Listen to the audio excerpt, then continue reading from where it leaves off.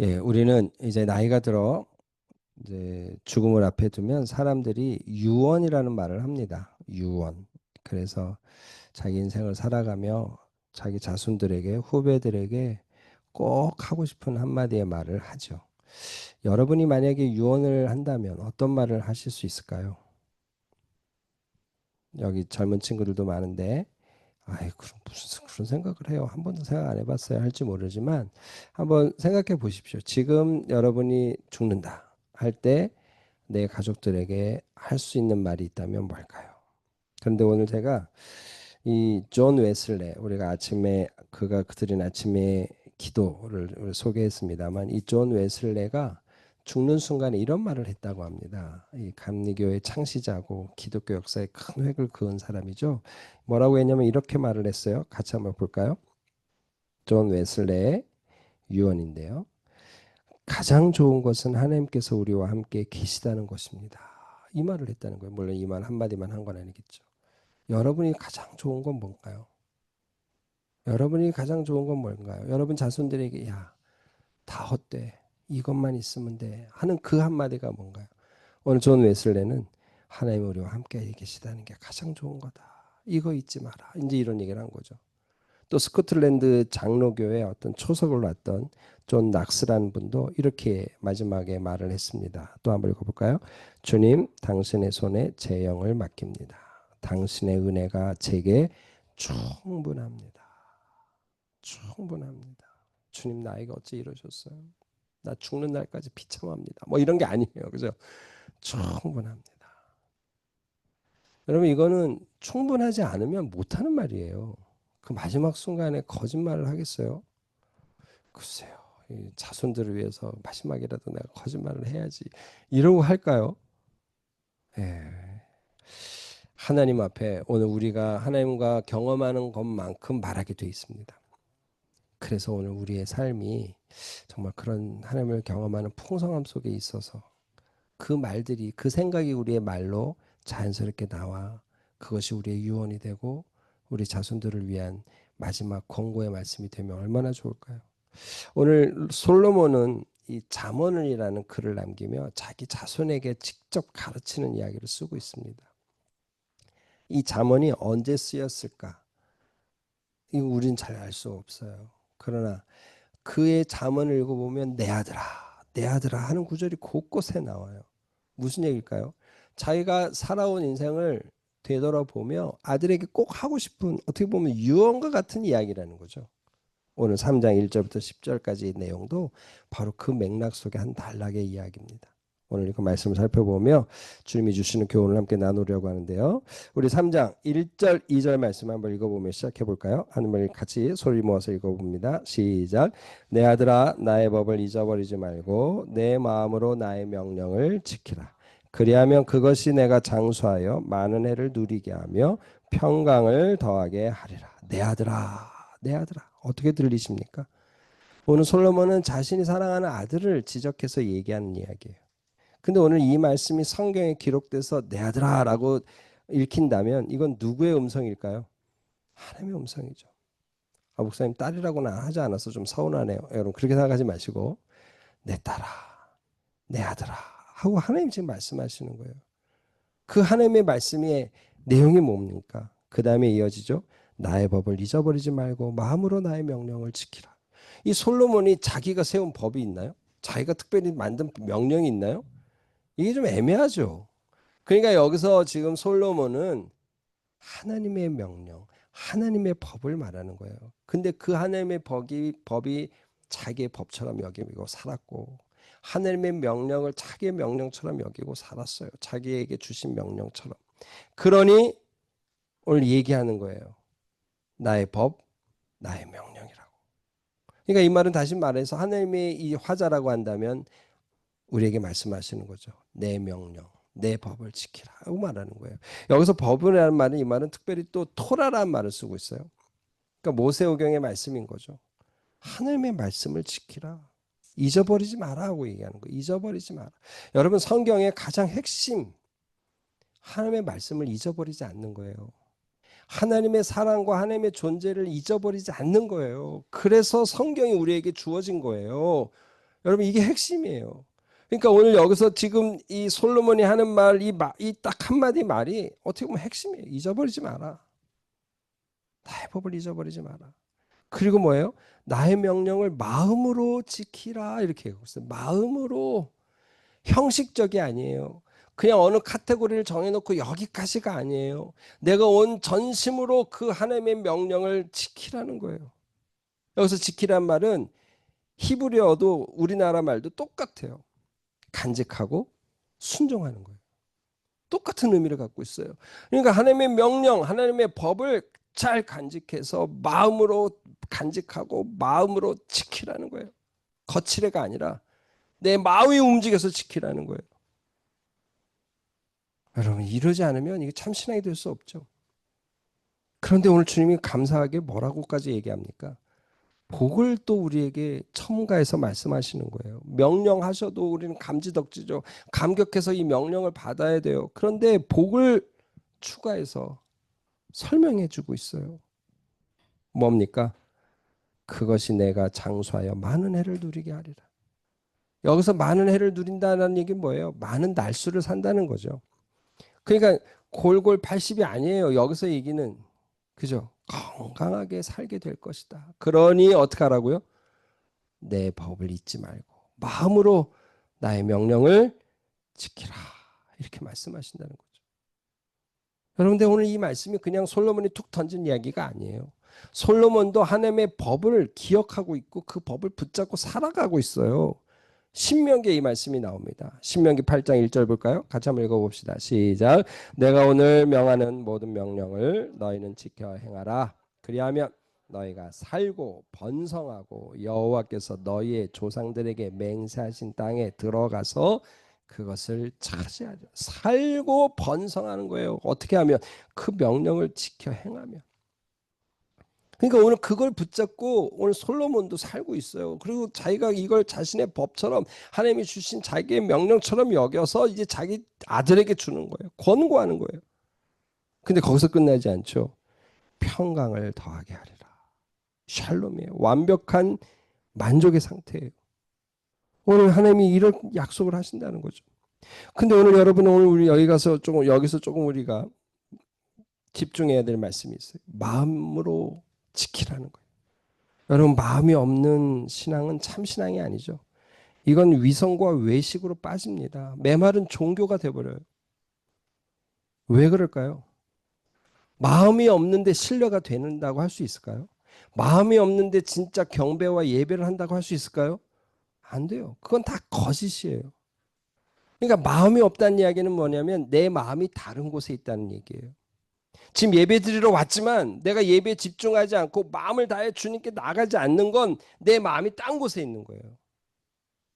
빨리 예배 마치고 가야 되는데. 빨리 예배 마치고 그 다음에 뭔 일을 해야 되는데. 지금 여기 있을 때가 아닌데. 여러분 이건 지금 마음이 없는 거죠. 하나님께 집중해야 돼요. 그런데 포인트는 어디 있어요? 예배 드리는 1시간만이 아닌 거예요. 우리의 삶 자체가 하나님 앞에 전심으로 하나님께 집중돼 있어야 된다고 지금 말씀하시는 거죠. 여러분 그래서 예배의 대상, 신뢰의 대상이 하나님이 아닌 사람들이 성경에 나오죠. 바리새인 아닙니까? 바리새인에 대해서 성경이 뭐라고 얘기해요? 요한복음 5장 42절 보니까 다만 하나님을 사랑하는 것이 너희 속에 없음을 알았다. 하나님을 사랑하지 않는 거예요. 하나님을 사랑하는 대신 누굴 사랑하고 있어요? 사람의 칭찬을 사랑하고 있어요. 사람에게 인사받는 걸 사랑하고 있어요. 돈을 사랑하고 있어요. 그러니 지금 예수님이 그리스도로 오셨는데도 알아볼 수 없는 거죠. 뿐만 아니라 뭐예요? 디모데전서 6장 우리가 외웠었죠? 뭐라고 나옵니까? 마음이 부패하고 진리를 잃어버려 경건을 이익의 방도로 생각하는 자들의 다툼이 나오는 거예요. 그래서 이어지는 말씀이 뭐예요? 자족하는 마음이 있으면 경건이 유익하다 이렇게 얘기하는 거예요. 그러니까 이게 지금 하나님께 마음이 없으니까 하나님을 믿는 신앙을 이용해서 자기 이익을 챙기는 거예요. 교회 좀 가야지 인맥을 만들지. 교회 가야지 좀 마음이 편하지. 여러분 이거 그냥 마음이 편안한 자기 이익을 위해서 가는 거예요. 이거 아니죠. 정말 하나님 앞에 전심으로 다해 예배하고 하나님을 만나야만 산다고 여기는 간절함으로 가야 되는데 가주는 게 나한테 이익이야. 뭐 이 정도로 간다면 이건 아닌 거예요. 여러분, 그러니 어떻게 해야 됩니까? 우리의 마음을 다해 하나님 앞에 나가야 되는 거죠. 그래서 신명기에 뭐라고 얘기하고 있어요? 6장 5절 6절 한번 볼까요? 신명기 시작. 너는 마음을 다하고 뜻을 다하고 힘을 다하여 내 하나님 여호와를 사랑하라. 오늘 내가 내게 명하는 이 말씀을 너는 마음에 새기고, 마음과 뜻과 힘을 다해 사랑하는 게, 이게 마음을 다해서 하나님의 말씀을 지키는 거예요. 여러분, 하나님 앞에 집중돼 있나요? 하나님 앞에 정말 마음으로 하나님을 섬기고 있습니까? 목사님, 저 그러려고 해요. 그죠? 그러려고 해요. 이게 중요해요. 늘 그러긴 어려워요. 순간순간 우리의 마음이 요동치고 세상의 유혹 앞에 넘어지니까. 그러나 그러려고 해요 하는 것, 이게 하나님 기쁘시게 여기시는 거죠. 여러분, 그래서 이제 잠언서의 저자 솔로몬은, 그래, 그러기 위해서 내가 너한테 어떤 비법을 알려줄게 하면서 3절 4절이 연결된다고 해석할 수 있을 것 같아요. 3절 4절 한번 또 연이어서 볼까요?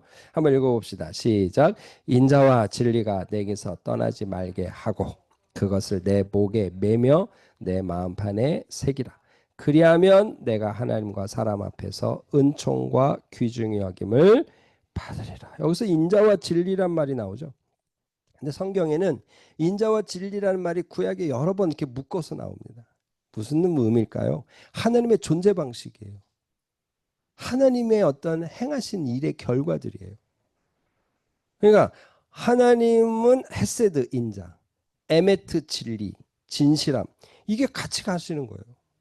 진실만 있는데 헤세드가 없어. 이거 좀 무섭죠. 헤세드는 있는데 진리와 진실이 없어. 이거 너무 해퍼요. 가치가 없어요. 같이 가시는 거예요. 그래서 이 시편 25편에 이렇게 말합니다. 여호와의 모든 길은 그의 언약과 증거를 지키는 자에게 인자와 진리다. 여호와의 모든 길이 인자와 진리라는 거예요. 그죠? 누구에게? 그의 언약과 증거를 지키는 자에게. 하나님 앞에 하나님께 마음을 다해서 하나님 앞에 엎드려 하나님을 뜻을 쫓고 준행하며 사는 자에게는 하나님의 일하심의 결과, 인자와 진리가 늘 나타난다는 거예요. 그러니까 뭐예요? 그 인자와 진리를 내게서 떠나지 말게 한다, 이라는 말은 무슨 뜻일까요? 하나님과 늘 동행하는 거예요.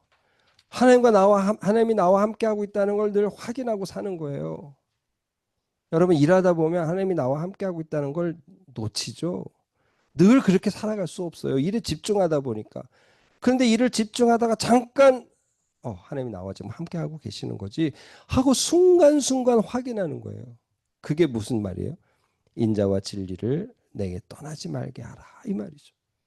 하나님과 동행하시는 거, 동행하신 하나님을 날마다 확인하는 거예요. 그런데 그 다음에 하시는 말씀이 뭐예요? 그것을 내 목에 매며 내 마음판에 새기라. 여기서 그것이란 말은 뭘까요? 이제 그냥 앞에서 지금 얘기하는 인자와 진리로 얘기될 수 있겠어요. 그러나 그 앞에 문맥에서 보면 말씀일 수 있죠. 그러니까 그 말씀을 내가 늘 곁에 두는 거예요. 내 목에 메고 내 마음판에 새기는 거예요. 쉐마 이스라엘로 시작하는 신명기 6장 6절에서 8절의 말씀과 연결이 되는 거죠. 너는 이 말씀을 마음에 새기고 그것을 내 손목에 메고 손목에 메어 기호로 삼고 내 미간에 붙여 표로 삼고 집 문설주와 집 바깥문에 기록하라. 늘 보는 말씀이 되도록 하라는 거예요. 오늘 그 얘기죠. 그것을 내 마음에 내 목에 매며 내 마음판에 새기라. 여러분, 이게 방법인 거예요. 그러니까 가능한 그 말씀이 내 곁에서 있어서 늘 볼 수 있도록 하라는 거예요.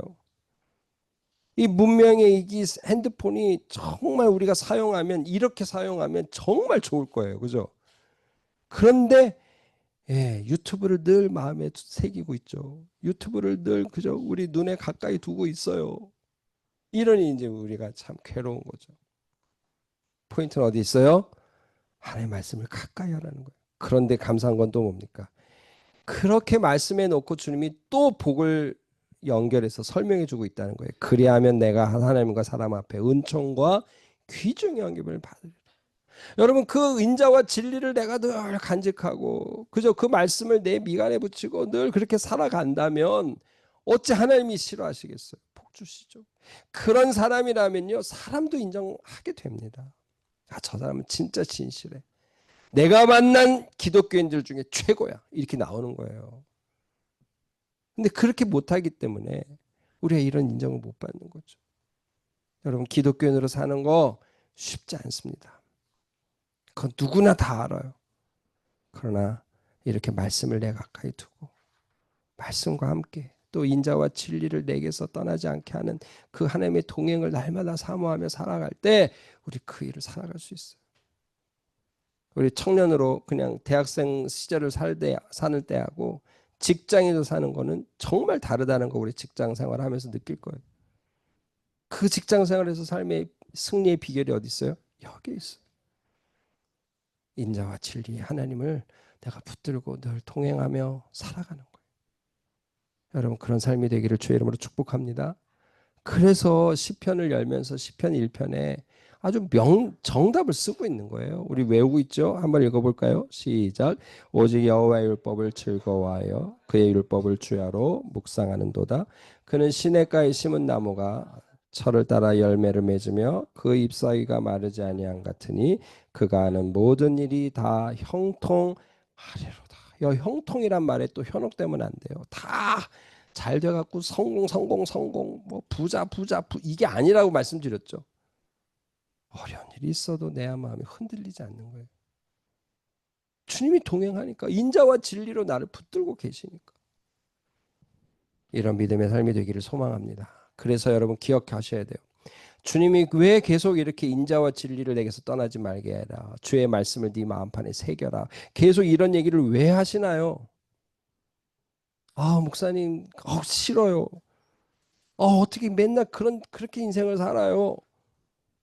어떻게 말씀에 우리가 어떻게 쩌들어 삽니까? 세상의 맛도 좀 보고 살아야죠. 우리 안에 이런 마음이 확 올라와요. 그러나 여러분, 진짜 행복이 뭐냐? 진짜 마음에 평강을 주는 게 뭐냐? 진짜 우리 안에 기쁨을 주는 게 뭐냐? 여러분, 그 생각 우리가 해야 돼요. 여기 계신 분들은 다 공감할 거예요. 맞아요. 하나님과 함께하는 거죠. 하나님의 말씀대로 살 때 가장 편해요. 이게 다 경험할 거예요. 그래서 성경도 이렇게 정확히 얘기했어요. 신명기 10장 한번 볼까요? 신명기 10장 13절입니다. 같이 또박또박 소리 한번 맞춰서 읽어봅니다. 시작. 내가 오늘 내 행복을 위하여 내게 명하는 여호와의 명령과 규례를 지킬 것이 아니냐. 우리의 주님이 우리에게 명령과 규례를 지키라고 하신 이유가 뭐라고 말합니까? 행복을 위하여. 행복을 위하여. 여러분, 정말 주님과 함께하는 게 참 행복입니까? 난 예수가 좋다오 라고 우리가 찬양을 하는데 좀 좋긴 좋은데 이러면 안 돼요. 그죠?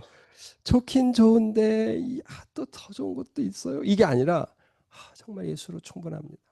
예수님으로 만족합니다. 이게 돼야 돼요. 왜? 진짜 이게 행복이니까. 여러분, 오늘 우리가요, 우리의 마음의 욕정대로 욕망대로 살아가는 그 순간 이 행복이 깨져요. 이게 본성이 알아요. 그러니까 이 본성을 우리가 느끼지 않으려고 세상 사람들이 더 중독에 빠지는 거예요. 그냥 자기를 잃어버린 지경까지 가는 거예요. 무서운 거죠. 무서운 겁니다. 주님이 어떻게 한다고요? 우리의 행복을 위하여 계명을 주셨어요. 명령을 주셨어요. 그리고 그것을 지켜서 그 행복을 누리라고 말씀하고 있는 겁니다. 여러분, 주님은 우리를 행복하게 살도록 우리를 만드셨고 부르셨고 인도하고 계세요. 응? 두려운 하나님 밑에서 그냥 두렵고 떨림으로 구원을 이뤄야 돼. 그러면서 막 우리를 막 이게 막 괴롭히고 막 복잡하게 하려고 부르신 게 아니에요. 구원도 하나님께 있어요. 하나님이 다 하세요. 아멘? 그러니까 그 안에서 누려야 되는 거죠. 오늘 그러라고 주님 우리를 부르신 겁니다. 우리를 만드신 겁니다.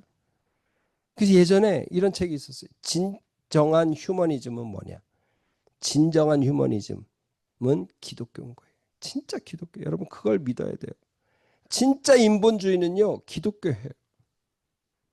거기에 답이 있어요. 인본주의자들이 외치는 거 보세요. 그게 이 사회의 결과예요. 두렵고 긴장되고 경쟁과 그죠? 어떤 그런 삶 속에 살아갈 수밖에 없는 게 우리의 삶의 모습은 하나님이 기대하셨던 모습은 아니라는 거예요. 이제 우리가 정리할 수 있겠죠? 뭡니까? 1절부터 4절까지 우리가 살펴봤는데 말씀을 기억해서 전심으로 순종해야 된다. 우리의 마음이 주님께 집중돼야 돼. 마음이 나눠서는 안 돼요. 이제 두 번째 한번 또 나눠보겠습니다. 이제 5절부터 6절까지 말씀을 또 읽고 시작해 볼까요? 한번 같이 읽어봅시다. 5절 6절이에요. 시작. 너는 마음을 다하여 여호와를 신뢰하고 내 명철을 의지하지 말라.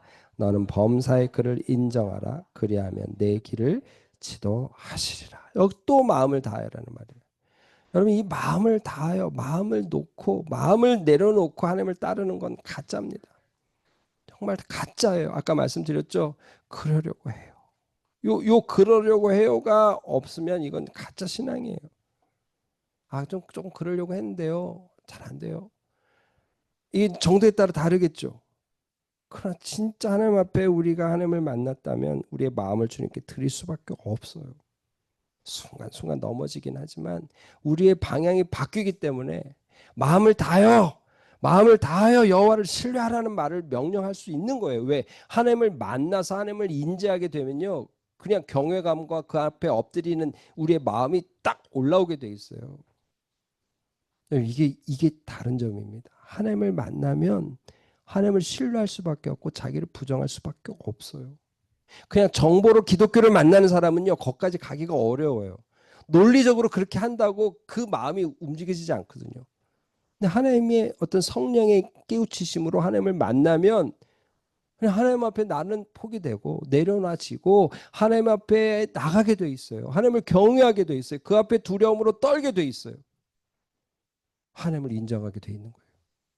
그러니까 마음을 다하여 여호와를 신뢰하라고 명령하는 거예요. 마음이 움직여지지 않는데 이 명령한다고 됩니까? 우린 질문할 수 있죠. 근데 이거 마음이 움직여져 있어요. 움직이도록 돼 있어요. 움직이도록 이미 하나님이 만드셨어요. 그러니까 명령할 수 있는 거죠. 마음을 다해야 돼요. 근데 이 결국 뭡니까? 여호와를 신뢰하는 거죠. 오늘 우리가 여호와를 신뢰하지 않고 대안이 있어요. 우리 안에. 자꾸 대체품을 만듭니다. 그 대체품 중에 첫 번째가 뭐예요? 돈이죠. 돈이면 돼. 이 자본주의 사회에서는 돈만 많으면 못하는 게 없어. 이런 생각을 우리가 해요. 그러나 우리가 알잖아요. 그 돈 많은 어리석은 부자가 하나님 앞에 어떤 음성을 듣습니까? 누가복음 12장 20절에 볼까요? 하나님은 이르시되 어리석은 자여 오늘 밤 내 영혼을 도로 찾으리니 그러면 내 준비한 것이 누구의 것이 되겠느냐. 자기가 애써 수고했는데 의미가 없어져요. 아유 목사님 무슨 말씀이세요? 내 자식들이 쓰면 좋죠. 이 잘못된 부성에 잘못된 이 어떤 그런 마음 때문에 그렇게 우리를 위로하지만 이게 허무한 거죠 사실은. 돈과 재물이 그렇다는 거예요. 하나님께 있는 거예요. 하나님이 갑자기 훅 불어버리면 날아가 버리는 거예요. 의지할 수 없죠. 사람은 의지할 수 있나요? 이사야 2장 22절에 뭐라고 얘기합니까? 같이 한번 읽어봅시다. 시작. 너희는 인생을 의지하지 말라. 그의 호흡은 코에 있나니 새말 가치가 어디 있느냐. 인생은 의지할 가치가 없어요. 인생은 뭐예요? 사랑의 대상이에요. 의지의 대상이 아니에요. 꼭 우리가 이거 믿읍시다. 사랑의 대상이지 의지할 대상이 아닌 거예요. 세 번째 뭐예요? 이제 또 한 구절 더 볼까요? 시편 118편을 한번 보겠습니다. 시작. 여호와께 피하는 것이 사람을 신뢰하는 것보다 나으며 여호와께 피하는 것이 고관들을 신뢰하는 것보다 낫도다. 이게 이제 우리의 고백이 되어야 되는 거죠. 그런데 또 하나 요즘 우리 안에 들어오는 또 이게 의지의 대상이 있어요. 그게 뭐냐면 정부예요. 제 안에 그런 마음이 들어오더라고요. 이제 정부가 바뀌면 뭔가 좋은 일이 생길 거야. 정부가 바뀌면 뭔가 달라질 거야. 정부가 복지 정책을 이렇게 잘하고 있는데 이제 우리의 노후 문제도 많은 부분 기대가 돼. 물론 정부의 하는 짓거리를 보고 이미 그 마음을 닫은 분도 계시지만 이게 우리 안에 갖고 있는 생각이에요. 아니요. 근데 그런 정부라도 잘하는 정부, 못하는 정부를 하나님이 세우시고 망하게 하시는 거예요.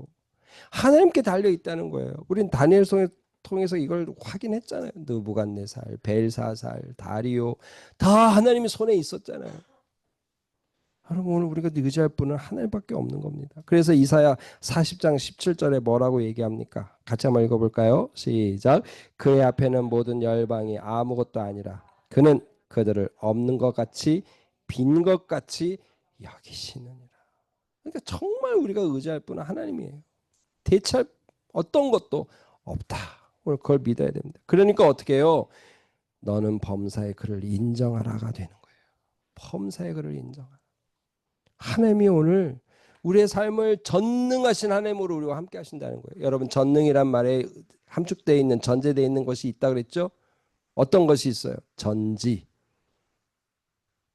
무소부재, 그죠? 영원, 아니 계신 곳이 없고 없는 때가 없어요. 늘 우리와 함께 하신 그 전능하신 손길로 우리를 보고 계세요. 그러니까 그분을 인정해 드려야 돼요. 여기서 인정한다는 말은 이 원어를 보면 야다란 말을 쓰고 있습니다. 약간 의외죠. 범사의 그를 인정하라. 야다하라. 무슨 말이에요? 범사의 하나님이 계시다는 것을 알고 있으라는 거예요. 이 범사가 하나님의 뜻대로 움직여진다는 걸 깨닫고 있으라는 거예요. 그러니 어떻게 해요? 그 앞에 내가 나서지 않는 거죠. 앞서지 않는 거죠. 선 조치 후 보고가 아니에요. 선 보고 후 조치를 하는 거예요. 하나님 앞에 받는 거예요. 오늘 우리가. 오늘 그런 인생을 사는 거죠. 심지어 어떻습니까? 욥이 그 고난 중에도 이런 얘기를 했잖아요. 그 유명한 말씀 나오죠. 한번 23장 욥기 23장 10절 또 같이 한번 읽어볼까요? 시작. 그러나 내가 가는 길을 그가 아시나니 그가 나를 단련하신 후에는 내가 순금같이 나오리라. 고난 역시 하나님의 손에 있는 거예요. 그분을 인정해야 되는 거예요. 이 고난이 왜 이렇게 기냐? 왜 이렇게 기다림이 길어지냐?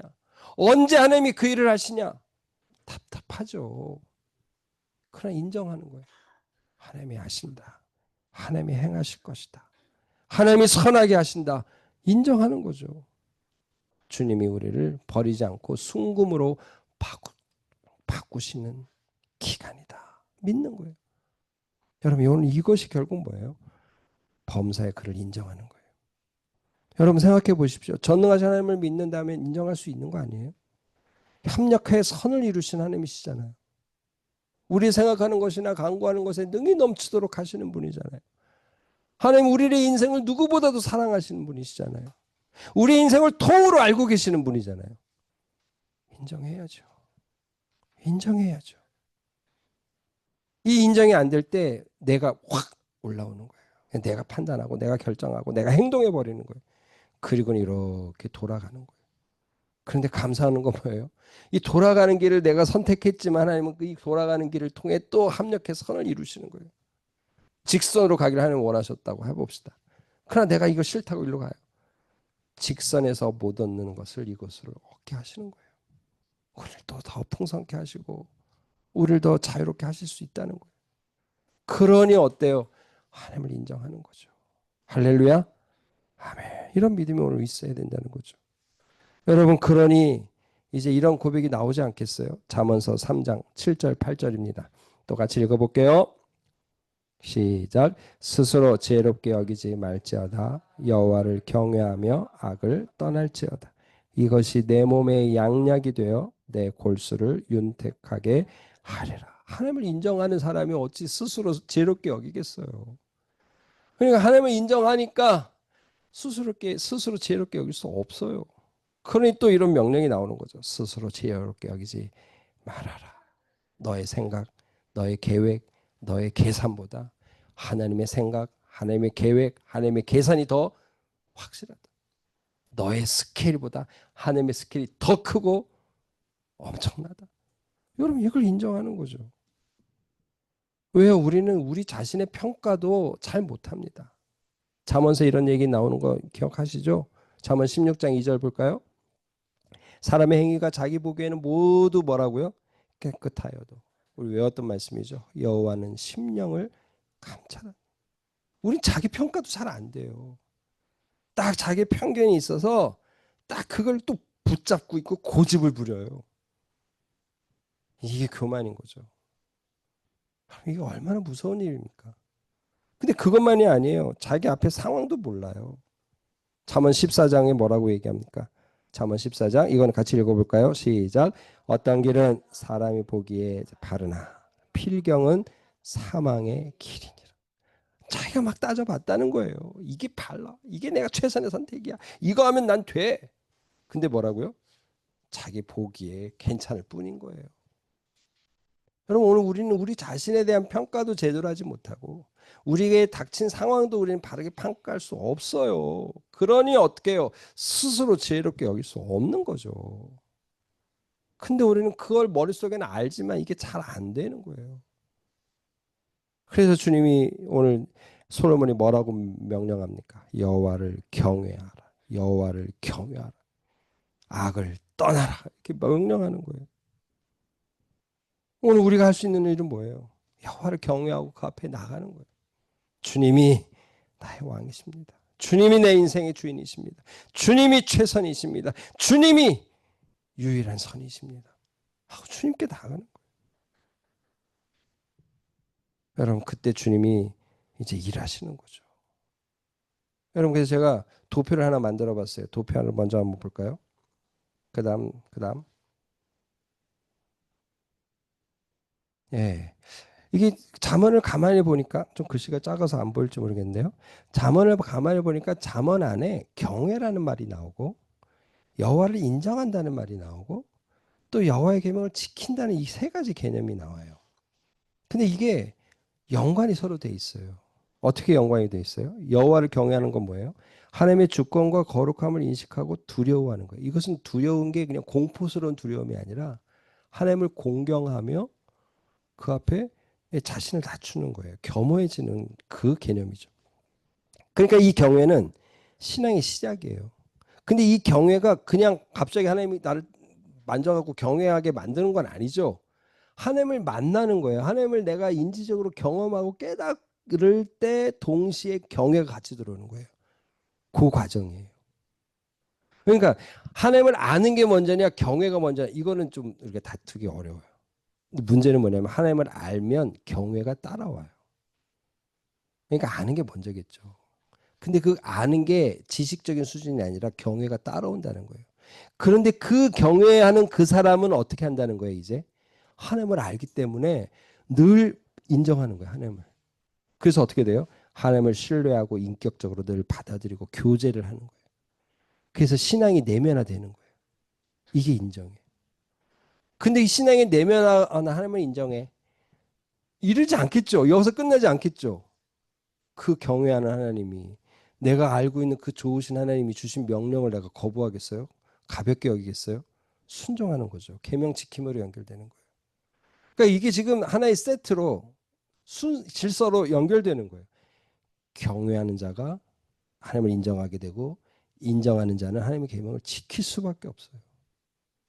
이건 세트입니다. 그러니까 아니 하나님을 경외한다는 사람이 범사에 하나님을 인정하지 않아? 너 신앙 맞냐? 이렇게 되는 거예요. 또 하나님을 인정한 다음에 범사에 근데 왜 계명 안 지켜? 이게 있을 수 없는 거예요. 같이 간다는 거예요. 그런데 중요한 건 뭡니까? 이런 경외함과 인정함과 계명을 지키는 것이 하나님과 교제 가운데 늘 이게 계속해서 발전해주고 강화되는 거예요. 시편에 그 답이 나옵니다. 한번 볼까요? 시편 25편 같이 한번 읽어볼게요. 시작. 여호와의 친밀하심이 그를 경외하는 자들에게 있으며 그의 언약을 그들에게 보이시라. 친밀함이에요. 친밀함.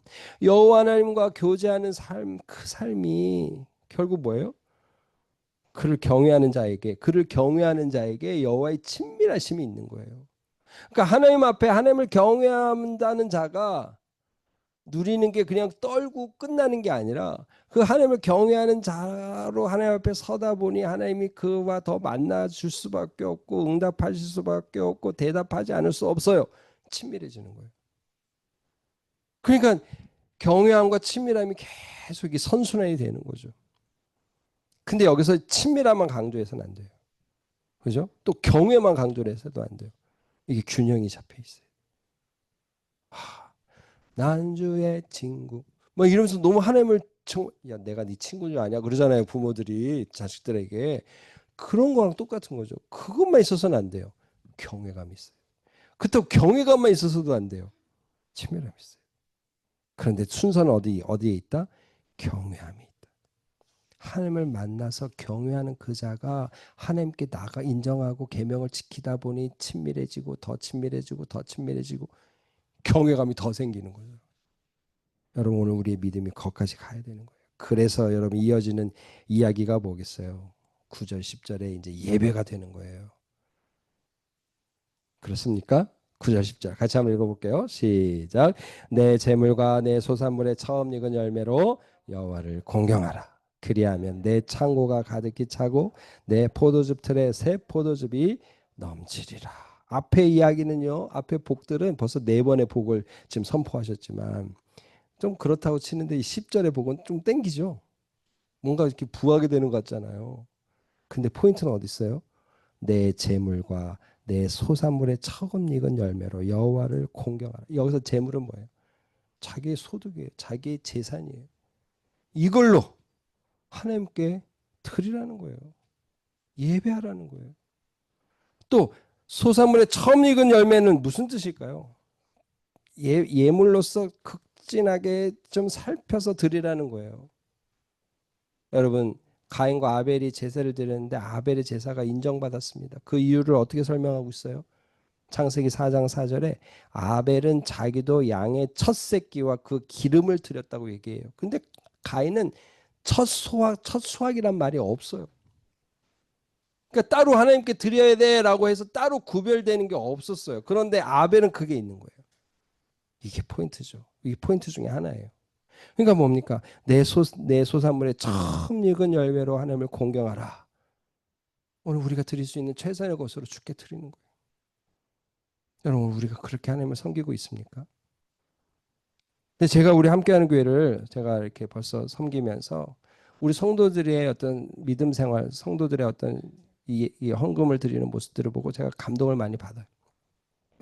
사실 저희 가족도 우리가 교회에서 받는 사례보다 더 많은 헌금을 합니다. 이런 얘기 뭐 하나 안 하나 별로 중요하지 않은데 저희도 한다는 거예요. 할 만큼 하는 거예요. 근데 하나님이 채우세요. 어떻게 먹고 살아요. 물론 교회에서 주는 이 식대비나 이런 게 다 우리를 먹여 살리는 거죠. 그러니까 그냥 우리가 받은 사례를 다 헌금, 그 이상을 헌금해도 하나님 또 채우시는 거예요. 하나님의 은혜죠. 근데 우리 교회 청년들이 또 정말 감사한 게 뭐냐면 자기가 직장 가서 첫 월급을 하나님께 다 드리는 거예요. 이미 직장 생활을 시작한 청년도 정말 하나님 교회에 필요한 대로 쓰세요 하고 막 거액의 헌금도 하고 그랬어요. 정말 감사한 거죠. 여러분 이게 바로 뭐예요? 오늘 주님 앞에 그 첫 새끼와 그 기름으로 드리는 아벨의 제사죠. 오늘 주님이 말씀하신 것처럼 내 재물과 내 소산물의 처음 익은 열매로 드려라. 공경해라 하는 이야기죠. 여러분 오늘 우리가 하나님 앞에 이런 믿음으로 살아가야 돼요. 여러분 이게 포인트입니다. 하나님 주님이 내게 주신 재물로 내가 사는 게 아니라 주님의 은혜로 살아요. 그래서 내가 주님께 11조도 드려요. 내가 그래서 주님 앞에 주님의 교회가 필요하다면 이것도 드릴 수 있어요. 주님이 내게 감동을 주시니 내가 이것도 주님께 헌금할게요. 하면서 우리가 이 재물에 대해서 자유로울 수 있어야 되는 거예요. 그때 주님이 일하시는 겁니다. 목사님, 우리가 사업을 하는 것도 아니고 그냥 직장 생활에 그냥 월급 받는데 무슨 낙이 있겠어요. 그거밖에 낙이 없는데 소득이 뻔한데 여러분 그렇게 하나님을 제한하지 마세요. 물론 우리의 직장 생활에 소득이 규정되어 있습니다. 그러나 하나님이 일하시면 어떤 일이 벌어질지 모릅니다. 포인트는 어디에 있어요? 우린 받은 소득은 많아도 소득이 일정해도 우리가 나가는 지출이 줄어들 수 있는 거예요. 얼마든지 하나님이 일하실 수 있는 겁니다. 그러기에 중요한 건 뭐예요? 그리하면 내 창고가 가득히 차고 내 포도즙 틀에 새 포도즙이 넘치리라. 오늘 우리가 하나님 말씀대로 살아갈 때 주님이 이런 복까지 허락하신다는 거죠. 당장 결과가 나오지 않을 수도 있어요. 그러나 이 우리의 믿음에 대해서 주님은 기억하고 복을 쌓고 계신다. 이걸 믿으시기를 주의 이름으로 축복합니다. 아멘. 정말 믿으세요. 주님이 일하십니다. 이제 두 번째 정리할 수 있겠죠. 사람이 아닌 하나님을 전심으로 신뢰해야 한다. 오늘 우리의 신뢰의 대상이 바뀌어서는 안 된다. 오늘 그 말씀으로 나눌 수 있겠습니다. 이제 정리해 볼까요? 여러분 오늘 주님은 우리에게 이 1절부터 10절 잠언서 3장 1절부터 10절의 말씀을 통해 말씀을 기억하고 전심으로 순종하라. 또 사람이 아닌 하나님을 전심으로 신뢰하라. 그분은 공경하며 살아라 하고 우리에게 가르칩니다. 그런데 이 말씀을 그냥 불신자에게 툭 던진 이야기가 아니에요. 내 아들아. 내 아들아. 여러분 이 말씀을 아무나 받을 수 있는 말씀이 아닙니다. 내 아들아. 하나님은 우리에게 내 아들아 내 딸아 하시는 말씀에 그 대상에게 주신 말씀이라는 거죠. 그러게 어떻게 해요? 우리가 시냇가에 심은 나무처럼 주님이 우리에게 주시는 행복을 주시려고 주신 말씀임을 기억하고 이 말씀에 더 나아가는 말씀을 잊지 않고 붙잡고 나아가는 우리가 되기를 소망합니다. 아울러 하나님만 의뢰하는 신뢰하는 돈과 재물과 사람이 아닌 또 세상의 정부도 아닌 하나님만 신뢰하며 하나님께만 온전한 예배로 드리겠다고 결단하며 나가는 우리 모두가 되어서 이번 한 주간도 이런 믿음으로 승리하는 우리 모두 되기를 주의 이름으로 축복합니다. 아멘. 기도하겠습니다.